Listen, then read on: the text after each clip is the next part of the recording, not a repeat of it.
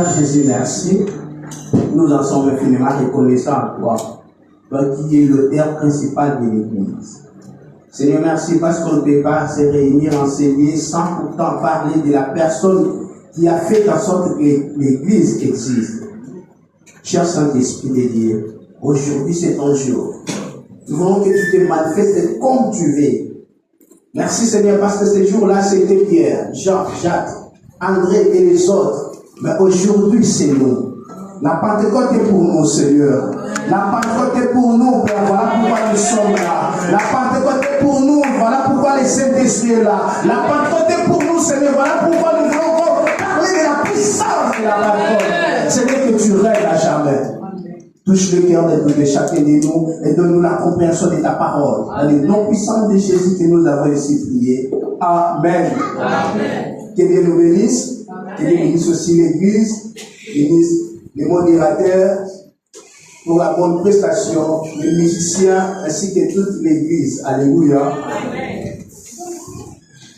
Vraiment, je demande l'attention de tout le monde. Excusez-moi, est-ce que moi je dois occuper bien l'attention que ils sont passés? J'ai déjà dit que même pendant que le bishop modéré, ceux autres qui m'ont un peu, essaye un peu d'augmenter un peu la base pour une de la bishop moi. Allô? Ben, ça va bien. Aussi avec l'interprète, ça fait un peu bien. Alléluia, Église. Amen. Comme nous l'avons dit et nous l'avons vécu déjà pendant ces mois, nous avons dit que ce mois, c'est le mois de la Pentecôte. Alléluia. Et aujourd'hui, c'est le jour de la Pentecôte. Est-ce qu'il y a quelqu'un qui a vécu le jour de la Pentecôte enseigné? Est-ce qu'il y a quelqu'un qui est témoin de la Pentecôte? Est-ce qu'il y a quelqu'un qui a reçu la puissance de la Pentecôte? Est-ce qu'il y a quelqu'un qui croit que le jour de la Pentecôte, c'était le jour de miracle, c'était le jour de la puissance, et c'était le jour du Saint-Esprit. Alléluia. Comme je viens de le dire, ce jour-là c'était pour Jean, c'était pour Pierre, c'était pour André, c'était pour Jacques. Mais aujourd'hui, c'est nous. Si on parle de la Pentecôte, c'est nous. Si on parle de la Pentecôte, c'est toi et moi. Alléluia. Je pense que Pierre n'aura rien à me relater dans le ciel. Ni Jean. Que moi j'ai vécu la Pentecôte. Je lui dirais, moi également, je l'ai vécu. Alléluia. Le même esprit qui était descendu ce jour-là sur toi, c'est le même esprit aussi qui était descendu sur moi. Alléluia. Que tu sois béni, toi les participants de la Pentecôte. Et même le mercredi, j'étais là. J'avais parlé de la Pentecôte. Mais aussi, j'avais parlé sur les personnages principaux de la Pentecôte. C'est le Saint-Esprit. Et beaucoup d'hommes de Dieu qui sont passés par ici, ils nous ont donné beaucoup de définitions sur la Pentecôte. Mais vous verrez que même moi, ou ceux qui vont venir après moi, ils vont aussi donner des bonnes définitions de la Pentecôte. Parce que le Saint-Esprit continue à nous expliquer de sa manière. Même ce jour-là, on parle du Saint-Esprit. Laisse-moi te dire qu'on ne finira pas de parler sur le Saint-Esprit. Il y aura comme quelqu'un d'autre qui viendra, qui parlera aussi mieux sur le Saint-Esprit. Alors pourquoi j'ai beaucoup de respect envers ceux qui sont passés avant moi. Dans des hommes de Dieu qui sont passés ici, ils ont bien parlé de la Pentecôte. Que Dieu les bénisse. Alléluia. Aujourd'hui, pareil. Moi aussi, je vais encore juste continuer de parler sur la Pentecôte. Alléluia. Amen. Lorsqu'on parle de la Pentecôte, alors la question est celle-ci. C'est quoi la Pentecôte? Alléluia. La Pentecôte est l'une des grandes fêtes que la Bible parle dans l'Ancien et dans le Nouveau Testament. C'est l'une des grandes fêtes que Dieu a ordonnées aux enfants d'Israël. Alléluia. Israël, après leur sortie de l'Égypte, Dieu les avait ordonné de fêter des fêtes. Ils avaient plus ou moins 7 fêtes que Israël célébrait. Ils étaient obligés de respecter toutes ces fêtes-là. Mais parmi ces fêtes, il y avait des fêtes qui étaient indispensables. Alléluia. Il y avait la fête de la Pâque. Que Israël devait toujours commémorer cette fête à l'image de leur délivrance. Il y a aussi la fête qu'on appelle la fête de pain sans levain. Ça c'est la deuxième fête. Et troisième fête, c'était la fête des prémices. Quatrième fête, c'est la fête des semaines. C'est ça ce qu'on appelle la fête de la Pentecôte. Et cinquième fête, c'était la fête des trompettes. Sixième fête, c'est la fête d'expiation. La fête de Yom Kippour. Je ne sais pas si je suis rapide ou comment. Vous êtes écrit, sinon ça va. J'essaie un peu de faire en sorte que tout le monde puisse comprendre. Alléluia. Je n'oublie pas que nous avons aussi des mamans. Je ne peux pas vraiment les faire chauffer la tête. Alléluia. Yom Kippour remplace la mort et la résurrection de Jésus. Yom Kippour ezala remplacer la mort et la résurrection de Jésus. Et septième fête, c'était la fête des tabernacles.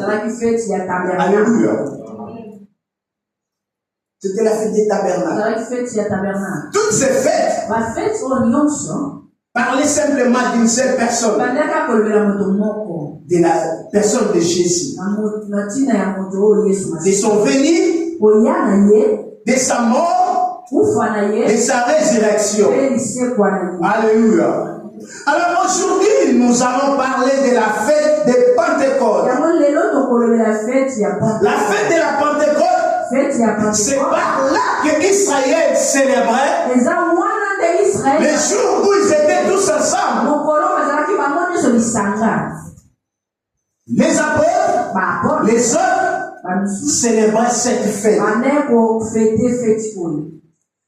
Alors, cette fête de la Pentecôte, c'était une fête qui était célébrée dans l'Ancien Testament. Tout le monde devait le respecter. Et tout le monde devait la célébrer. Alors, lorsque notre Seigneur Jésus-Christ était venu sur la terre, lui aussi respectait les principes. Il célébrait aussi le fait. Alors, un jour, Jésus-Christ parlait d'une chose qui n'existait pas. Mais ce que Jésus parlait devait s'accomplir. Un jour, c'est le jour de la Pentecôte. Mais personne ne savait que c'est ce jour-là que sera l'accomplissement de ce que Jésus disait. Dans Matthieu chapitre 16, 18 à 19, Jésus-Christ dit à un homme, il a dit à cet homme, toi, tu es Simon. Tu es Pierre. Sur cette pierre, je bâtirai mon église. Alléluia. Jésus a souligné quelque chose ici. Je ne sais pas si vous l'avez saisi. Vous l'avez saisi. Parce que nous sommes en classe. Parce que l'église c'est aussi une classe. Jésus a parlé. Il a dit, tu es Pierre. Sur cette pierre, je bâtirai mon église. Alléluia.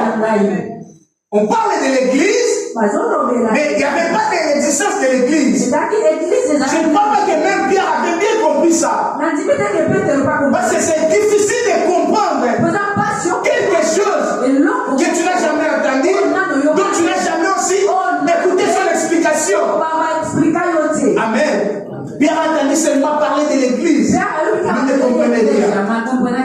Oh, Jésus-Christ voyait déjà l'église pendant que les autres ne voyaient rien. Avant la Pentecôte, on ne parlait pas de l'église. On parlait plutôt des rassemblements. On ne parlait pas de l'église. Mais Jésus disait que je bâtirai mon église. Et les disciples s'attendaient. Il arriva un jour, c'était le jour de la Pentecôte. Tout le monde était là. Toutes les nations étaient venues afin de célébrer cette fête. Parce que la fête de la Pentecôte était célébrée 50 jours après la Pâque. Alléluia.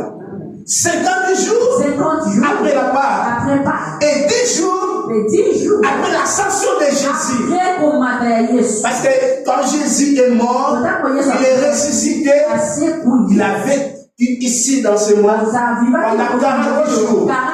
C'est par là qu'on célèbre les 40 jours après pendant le matin.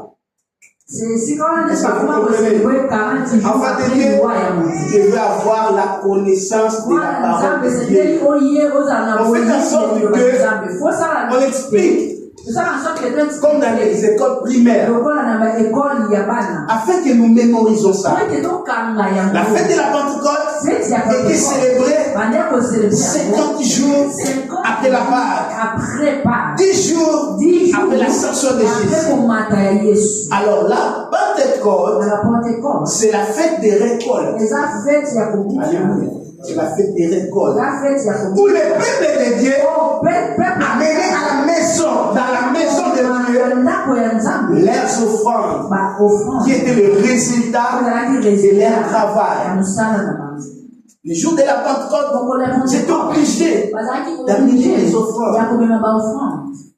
Les bergers devaient amener l'une de ces troupeaux. Et les cultivateurs devaient aussi amener les produits et leur travail. Tout le monde est obligé de l'amener. Parce que c'était le moment des récoltes. C'est-à-dire c'était le moment où Dieu bénit vraiment son peuple. Et en retour, les peuples devaient venir à l'église. Devaient venir au temple. Présenter leurs offrandes. Parce que c'était le moment des joie. C'est le moment d'allégresse. Alléluia. Alors des nations viennent du monde entier à Jérusalem afin de célébrer cette fête de la Pentecôte. Et Jésus-Christ, ce jour-là, le jour de son ascension, il a fait la promesse aux disciples. Il a dit, dans le livre que nous allons lire tous ensemble, dans le livre de Actes chapitre 4, verset 5, c'est notre première lecture du jour. Si nous pouvons honorer cette parole. Dans Actes chapitre 1, verset 4 à 5, Actes chapitre 1, verset 4 et nous allons sauter jusqu'au verset 8. La Bible dit ceci. L'un peut le trouver Actes chapitre 1, verset 8. Et moi je lis Actes chapitre 1, 4 à 5. Et quelqu'un d'autre déjà peut trouver ce verset de Actes chapitre 1, verset 8. Comme il s'est trouvé avec eux, il leur recommande de ne pas s'éloigner de Jérusalem, mais d'attendre ce que le Père avait promis. Ce que je vous ai annoncé, leur dit-il Jésus. Car Jean a baptisé d'eau, mais vous, dans peu de jours, vous serez baptisés du Saint-Esprit. Actes chapitre 1, verset 8. Ceci en verset qu'on peut toujours retenir dans la tête. C'est très simple. Il faut lire la Bible à la maison. C'est vraiment un verset que même un enfant de l'école de dimanche peut bien réciter. Lisons. Amen. Allons-y. Actes chapitre 1, verset 8. Je vais lire là. Kasi molimo mosantu akokitela bino. Amen. Bongo Ils ont bien dit. bokozwa Attends, maman. Répétez un peu là-bas. Ça va nous aider à comprendre. kasi molimo mosantu akokitela bino. Alors pourquoi on m'a pas dit kasi molimo mosantu ekokitela bino? Vous voyez ici. On m'a bien expliqué. Hein. C'est pourquoi il faut encore que ça ait la différence. Continuons, maman. Kasi molimo mosantu akokitela bino. C'est-à-dire, c'est une personne à Kokita, donc c'est une personne qui va descendre. Mais si on dit Ekokita, c'est quelque chose. Maintenant, ici, on a placé le Saint-Esprit dans quelle place? C'est à Kokita, c'est-à-dire, c'est une personne. Nous avons bien compris. Amen. Continuons. Ils sont bien différenciés. Après, Bokozwa Ngouya. Donc vous voyez la différence entre Akokita na Bokozwa. Bazwa Kaeloko. Mais Bazwa Kamutute. Alléluia. Est-ce que vous comprenez? Par rapport à texte, on nous explique clair. Bokozwa Ngouya. La puissance, ce n'est pas une personne. Mais le Saint-Esprit, c'est une personne. Nous comprenons, hein? Continuons. Bokozwanguya poko kende kosakola sango ngai na Yerusalem. Na région ya Yudea, pe ya Samarie mobimba. Timbi payi nyonso ya mokili. Amen. Est-ce que nous pouvons attendre pour la parole de Dieu? C'est-à-dire, ce jour-là, les nations venaient pour célébrer la fête de la Pentecôte. Toutes les nations du monde entier venaient à Jérusalem. C'est pourquoi la Bible dit ceci. Si les familles de la terre ne montent pas à Jérusalem pour adorer Dieu, la pluie ne tombera jamais. Alléluia. C'est l'origine de ça.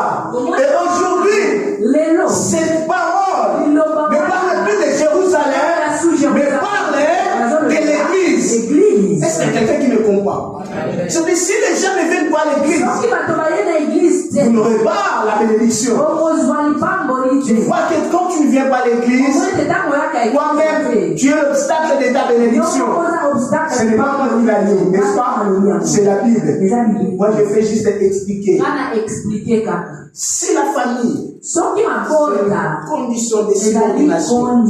C'est-à-dire, si la famille ne passe pas, ne sera pas bénie. L'église, c'est la source de la bénédiction. C'est le lieu de la bénédiction. Amen, Père béni. Il y a des choses, je peux prier chez moi à la maison. Dieu ne me donnera pas.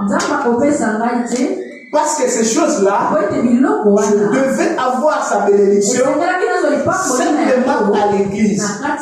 Alléluia. Parce que c'est Dieu qui l'a dit. Que Dieu te bénisse, bien-aimé. Et ces jours-là, les peuples qui étaient venus à Jérusalem, ils ont remarqué quelque chose. Ils ont vu l'accomplissement des Actes chapitre 1, verset 8. C'était le jour de la Pentecôte. Autrefois, le Saint-Esprit descendait que sur catégorie de personnes pour accomplir une mission. Il descendait simplement au prophète, au roi et au sacrificateur. C'est fini. Donc, toi, comme fidèle, tu n'avais pas le Saint-Esprit. Simplement 3 catégories de gens. Mais maintenant, les jours de la Pentecôte, les gens étaient venus comme d'habitude pour célébrer cette fête. Et en ces jours, il y a eu quelque chose qu'ils n'ont jamais expérimenté. La Bible dit que le Saint-Esprit, il venait et rentrait, mais ces jours-là étaient descendus. Alléluia. Et ces jours-là étaient descendus, non pas pour rentrer, mais pour rester. Non pas pour rentrer au ciel, mais pour rester. Pour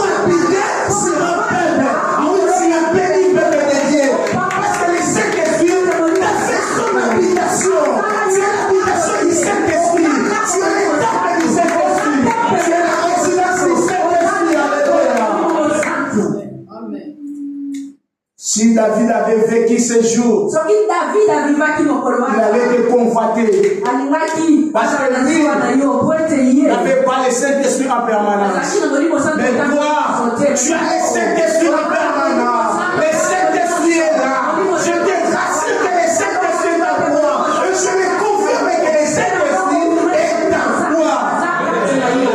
Tu n'es pas une personne ordinaire. Tu n'es pas une personne ordinaire. Une personne ordinaire, on ne peut pas jouer avec. On ne peut pas jouer avec lui. Il a des paroles qui peuvent détruire la vie d'une personne. C'est pourquoi que personne ne blague avec ta vie.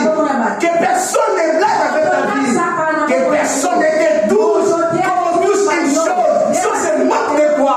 Il y a des paroles qui peuvent détruire la vie de la personne. Alléluia. Parce que tu as le Saint-Esprit.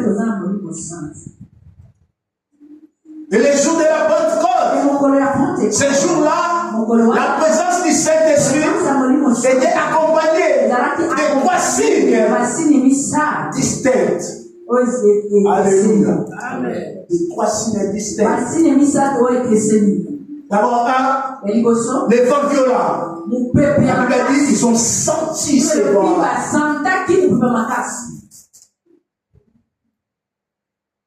Ils célébraient la fête de Pentecôte depuis. Mais ces jours-là, ils ont vécu des choses qu'ils n'ont jamais vécues. Deuxième signe, des langues semblables à des langues de feu.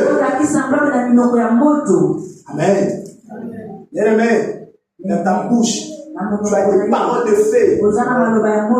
Tu as des paroles de feu. Tu es une personne que moi je ne peux pas toucher. Tu es une personne que je ne peux pas se moquer de. Parfois tu t'ignores. Tu n'es pas n'importe qui. Ton chef, ton patron ne peut pas faire n'importe quoi avec toi. Ne peut pas dire des bêtises avec toi.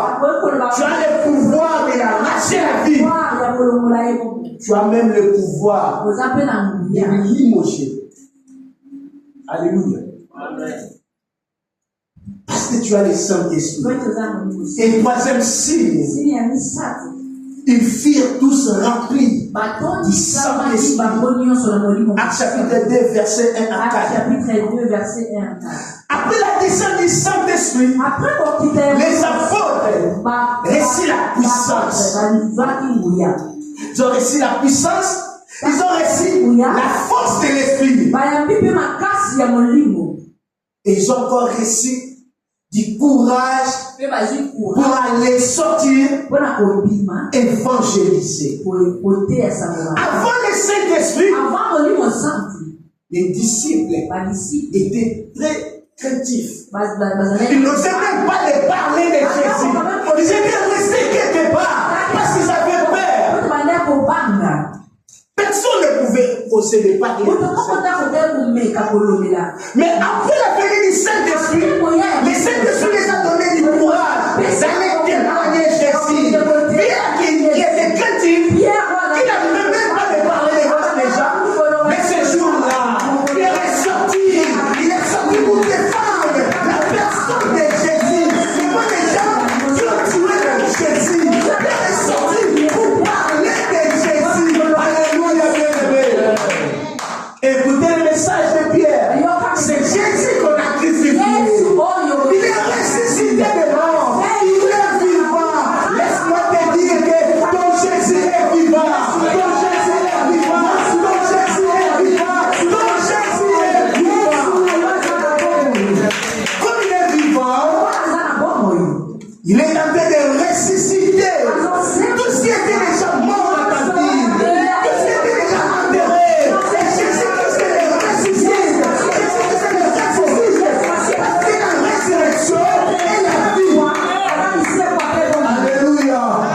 L'homme de Galilée,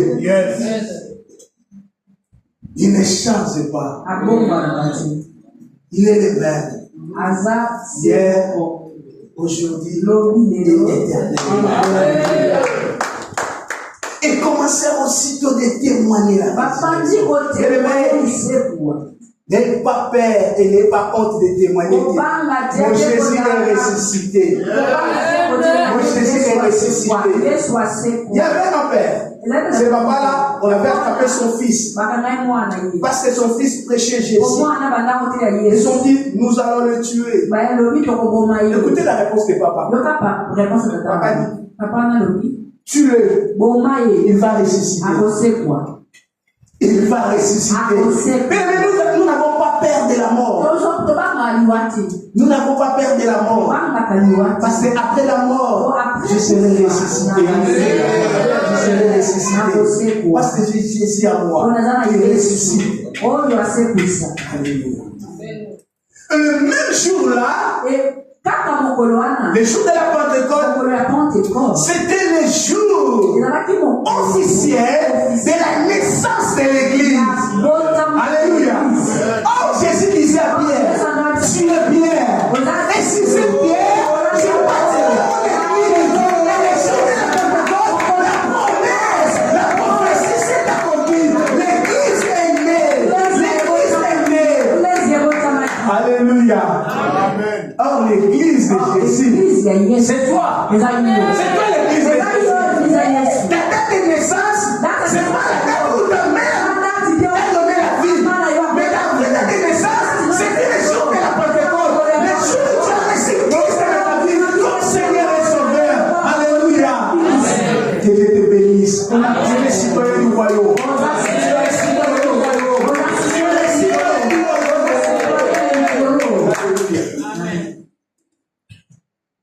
J'aime Jésus parce qu'il donne la vie. Même là où il n'y avait pas la vie.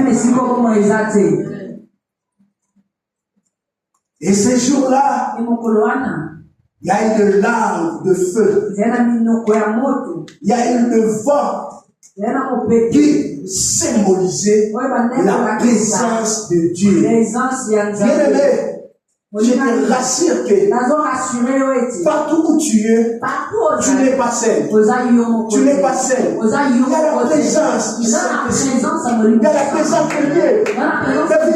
David a dit, même quand je marche dans la vallée de l'ombre de la mort, je ne peux aucun mal, car Dieu est avec pour moi. Dieu est avec pour moi.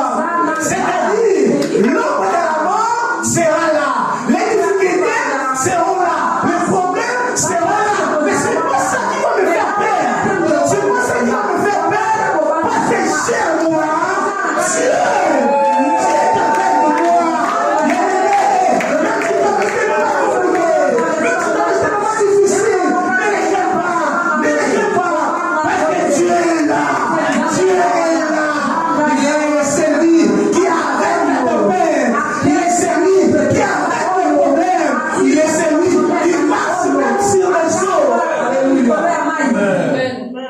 Marche sur les problèmes. Marche sur les difficultés. Alléluia. Continuez de nous faire confiance. Alors, le jour de la Pentecôte, le Saint-Esprit nous a fait comprendre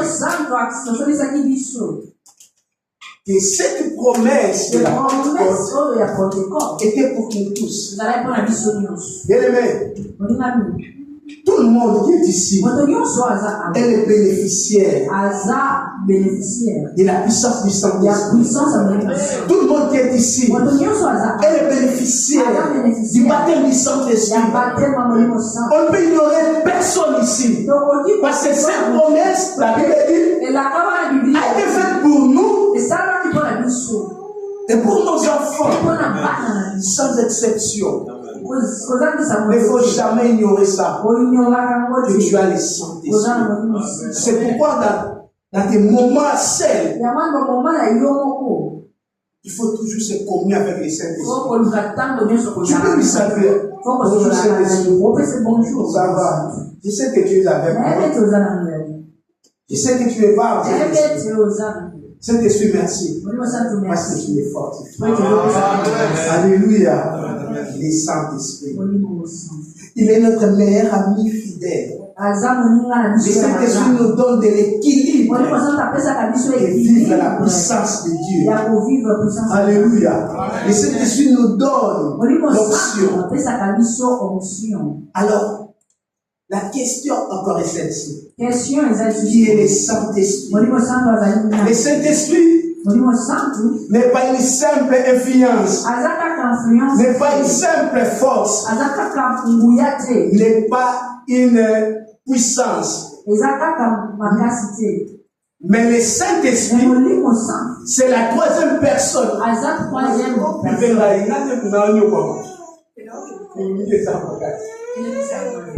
Merci. C'est la troisième personne distincte de la Trinité. Il est le Dieu au même rang que Jésus-Christ, au même rang que Dieu le Père. Mais chacun d'eux joue son rôle particulier. Alléluia. Le Saint-Esprit ne peut pas te créer. Comprends? Le Saint-Esprit ne peut pas te créer. Le Saint-Esprit ne peut jamais mourir à la croix.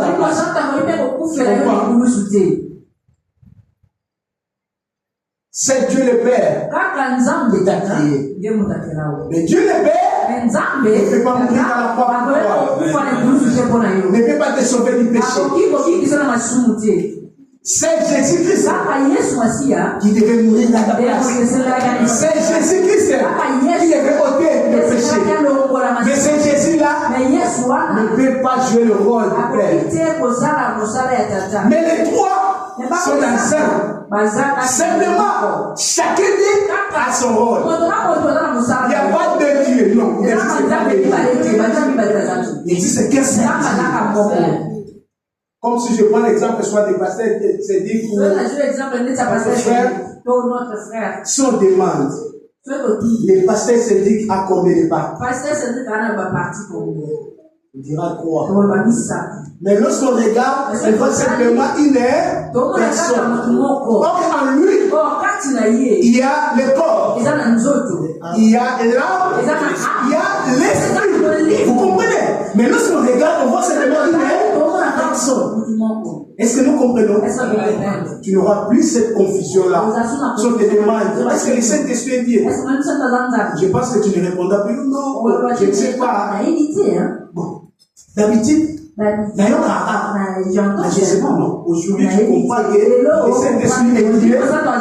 Jésus-Christ est Dieu. Et Dieu est le Saint-Esprit. Jésus-Christ aussi est le Saint-Esprit. Mais les trois là, mais chacun d'eux joue son rôle. Alléluia. Je t'explique parce que bientôt là, nous allons s'envoler. Alors, le Saint-Esprit nous fait entrer dans les domaines spirituels. Alléluia. C'est le Saint-Esprit qui nous fait entrer dans le domaine du Saint-Esprit, des dons spirituels, appelé en grec charismata. Je me souviens encore de ces. Voilà, là on était encore trop deux informations comme il l'aide dans le mot grec. Charismata. C'est là où on parle de charisme à l'église. Ou charismatique. C'est juste des dons. Ah, c'est un homme charismatique. Cet homme-là, c'est un homme charismatique. Dans notre compréhension, il y a charismatique, il est fier. Ok, c'est pas ça. Il a des charismes. C'est-à-dire des dons spirituels. Le terme charismata est dérivé du mot charisme, qui signifie grâce. Alléluia. C'est-à-dire les dons, c'est une grâce. Quelque chose qu'on ne peut pas acheter. Quelque chose que tu ne mérites pas. Quelque chose qu'on t'a donné. Alléluia. C'est la grâce. Charisme. C'est le don de grâce. C'est-à-dire qu'on t'a donné la grâce. Tu t'as fait une faveur que tu ne mérites pas. Ce n'est pas parce que tu es intellectuel, ce n'est pas parce que tu as une bonne fonction, ce n'est pas parce que tu as l'argent, c'est pourquoi tu es obligé d'avoir les dons. Non. Tu peux avoir de l'argent, mais celui qui n'a pas l'argent, il a les dons spirituels. Amen. Dieu nous donne comme il veut. Et ce que Dieu nous donne, c'est pour l'utilité commune. Alléluia. Si tu as les dons, ce n'est pas pour toi. Ce n'est pas un acquis. C'est pour Dieu. Dieu t'a donné pour utilité commune. C'est-à-dire pour l'Église. Et on verra si je ne crois pas qu'aujourd'hui on aura le temps de tout expliquer sur le don. Parce que la crise est un don. Tu verras que chacun de nous c'est l'Église a un don. Mais chacun. Seulement que il y a ceux qui ne l'utilisent pas. Alléluia. Dans 2 Timothée chapitre 1 verset 6, Paul donne ses bons conseils à son enfant. Il dit ceci: c'est pourquoi je t'exhorte à ranimer la flamme du don de Dieu que tu as reçu par l'imposition des mains. Car ce n'est pas un esprit de timidité que Dieu nous a donné. Au contraire, c'est un esprit de force, c'est un esprit d'amour et de sagesse. Alléluia. N'ayons pas honte de témoigner. Apôtre Paul, ici maintenant, il commence à nous parler des dons. Pourquoi on parle des dons? On ne peut pas parler du Saint-Esprit sans aussi passer des dons spirituels. Parce que le Saint-Esprit qui nous donne des dons. Jésus a dit ceci: Jean-Baptiste vous a baptisé du baptême d'eau. Mais dans peu de temps, vous serez baptisés du Saint-Esprit. Alléluia. Et tu peux avoir, ou tu peux avoir été baptisé du baptême d'immersion ou du baptême d'eau. Mais si tu n'as pas encore été baptisé du Saint-Esprit, tu n'es pas un homme complet. Alléluia. Tu n'es pas un homme complet. Alors, le Saint-Esprit est venu, il nous a donné encore des dons spirituels. Il nous a donné des dons spirituels, le Saint-Esprit, afin que nous comprenions des choses. Parce que dans ce monde, il n'y a pas de choses. Avant de comprendre, tu dois voir. C'est pourquoi Paul nous dit que ce n'est pas un esprit de peur. Quand tu as le Saint-Esprit, tu ne peux pas avoir peur. Tu ne peux pas avoir peur, alléluia. Parce que tu as un esprit de sagesse, un esprit de grâce en toi. Et Paul continue à dire à Timothée, à ce qui concerne les dons qu'il a reçus par le Saint-Esprit ou par le baptême du Saint-Esprit, il a dit ceci: ne néglige pas les dons qui est en toi et qui t'a été donné par la prophétie avec l'imposition des mains. Ici, l'apôtre Paul encourage Timothée de ne pas négliger les dons qui est en lui. Et moi aussi, je suis venu te dire, il ne faut jamais négliger les dons qui est en toi. Je te dis que tu as les dons en toi. Il ne faut pas les négliger. Amen. Les Saint-Esprit nous donne des dons. Nous avons 3 types de dons. Je vais un peu rapidement expliquer. Après, nous allons prier. Nous avons 3 types de dons. Ici, je ne dis pas les dons spirituels. Je dis que nous avons 3 types de dons. Comprenez-moi. C'est ce qu'on appelle les dons spirituels. Vous comprenez? J'ai dit nous avons 3 types de dons. Est-ce que vous me comprenez? Parmi ces 3 types de dons, le premier don, c'est ce qu'on appelle les dons spirituels. Là, nous en avons 9. Deuxième don, nous avons Les dons de ministère. Et là, nous avons les 5 dons de ministère. Est-ce que vous le comprenez? Amen. Et le troisième don est appelé les dons de service. Ce 2 premiers dons, c'est réservé peut-être pour catégorie de personnes. Mais les troisième dons, les dons de service, tout le monde en a. Tout le monde en a. Alléluia. Amen. Tu ne peux pas avoir les dons de ministère, mais tu as les dons de service. Je ne sais pas si j'aurai les temps, mais je ne crois pas que j'aurai les temps de tout expliquer, surtout les dons de service. Parce que dans les dons de service, nous avons ceux-là qui travaillent au protocole. Il n'a pas les dons de ministère, mais il y a les dons de protocole. Il y a les dons de libéralité. Il y a les dons de musique, il y a les dons. Il y en a beaucoup. Je n'ai pas le temps d'expliquer. Et dans les dons spirituels, où l'Église devait bénéficier à ça, il y a 3 types de dons qui sont différents. Dans les dons spirituels, nous avons 3 types de dons. Ou 3 classes de dons, si je peux bien dire. C'est facile à comprendre. Alléluia. Et ces 3 classes de dons-là fait partie des 9 dons spirituels. Pour expliquer bien, nous avons 9 dons spirituels.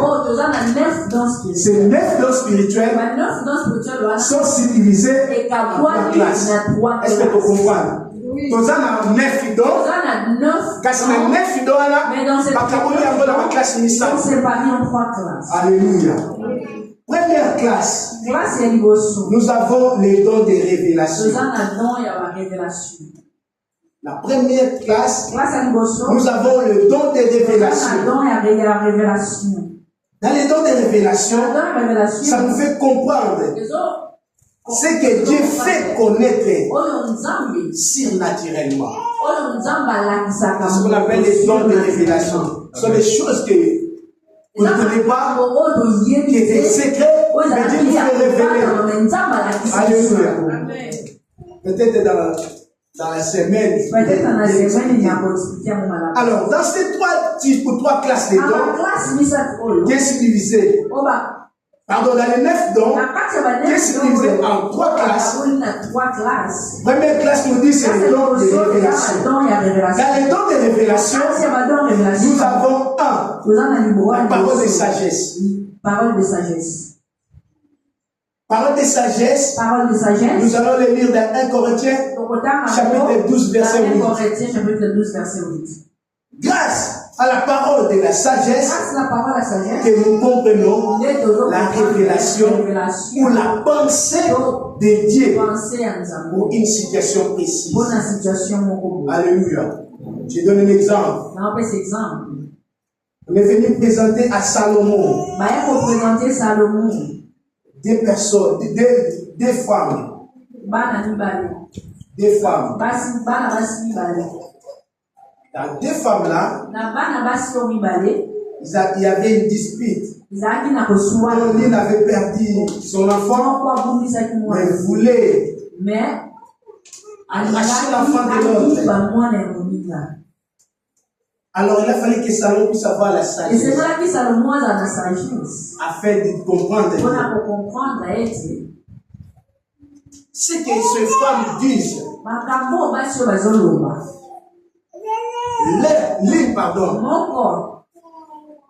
est une menteur. Et l'autre parle de la vérité. Il faut avoir la sagesse pour comprendre et pour révéler la situation précise de Dieu. Le deuxième, c'est la parole de connaissance.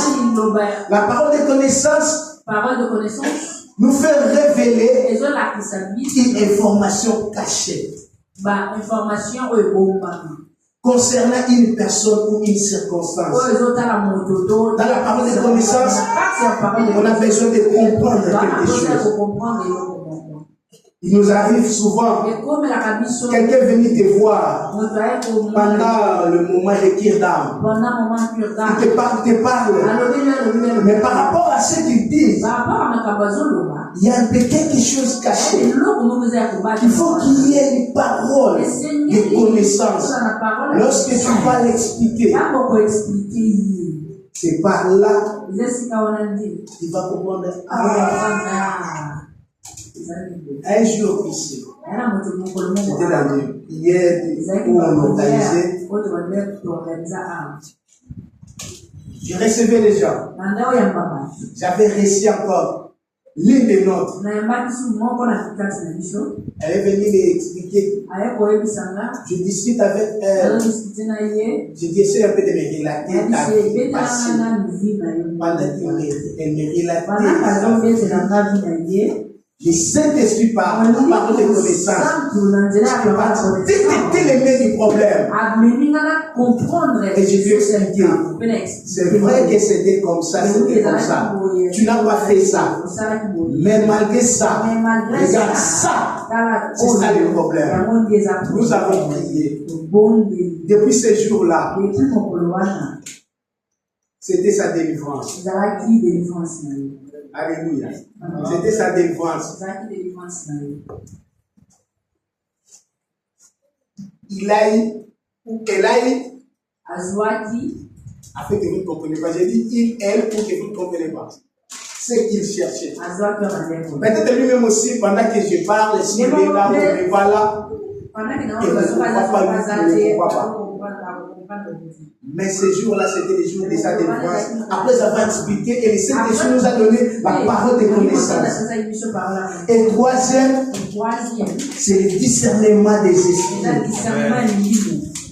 Dans le don de révélation, il nous faut encore avoir le discernement des esprits. Bien aimé, aujourd'hui, beaucoup de prophètes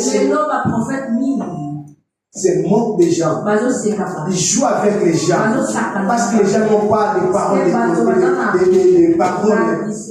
discernement des esprits.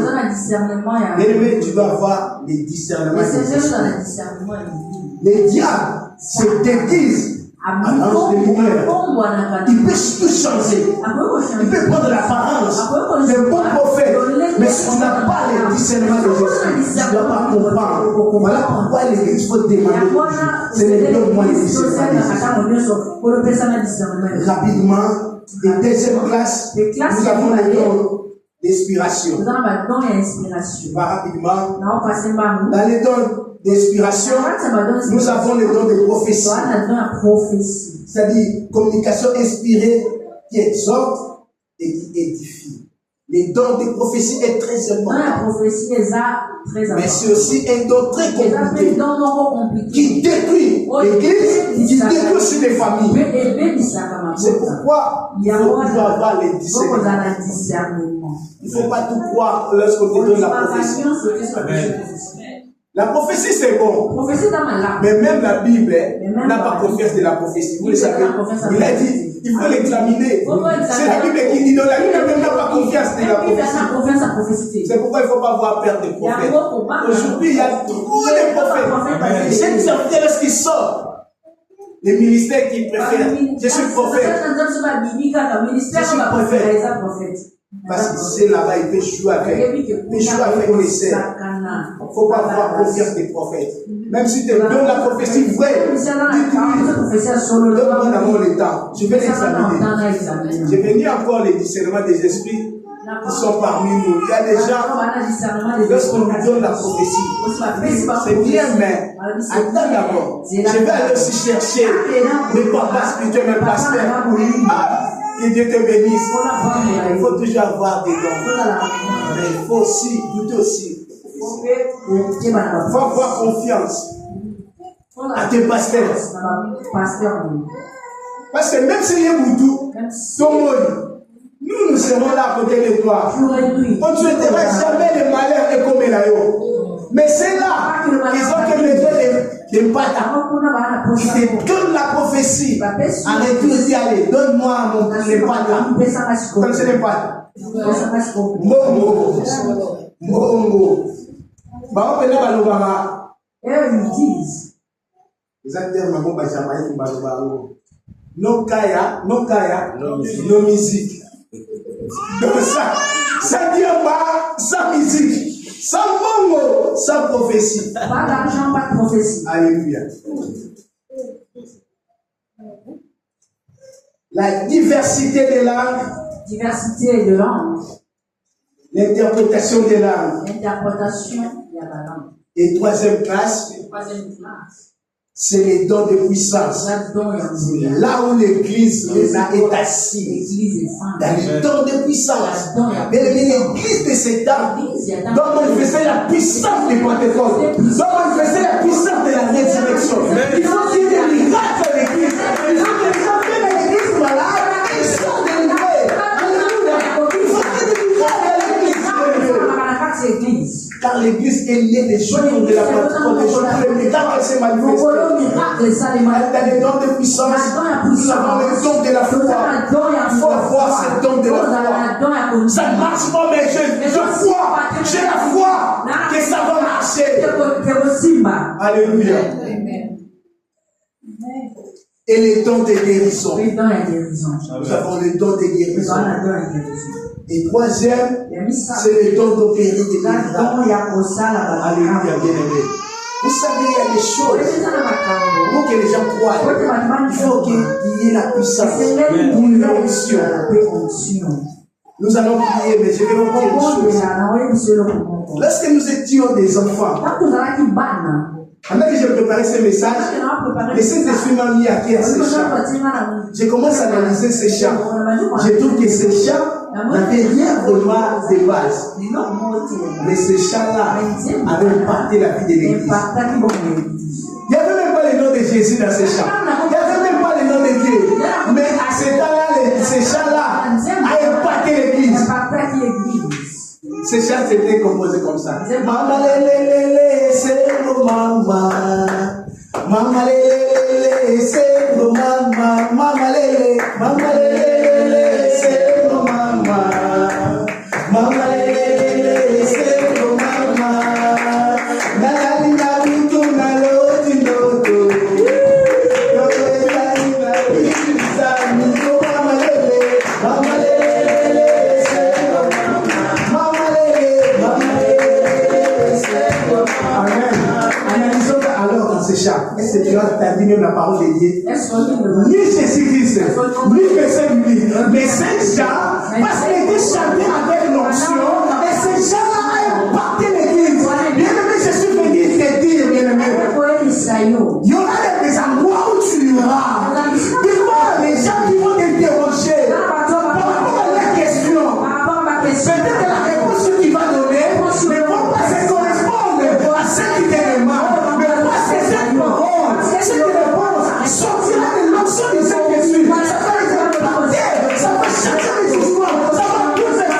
Partout où tu iras, l'onction du Saint-Esprit va impacter la vie des gens. Mais moi, je prie que le Seigneur te fasse un nom de l'onction. Je prie que le Seigneur te fasse un nom de l'onction. Je prie que le Seigneur t'accorde la puissance. Je prie que le Saint-Esprit tu Père, alléluia. Tenons-nous debout, nous allons prier, bien-aimé. Le Saint-Esprit est là pour moi. Le Saint-Esprit t'a choisi aujourd'hui.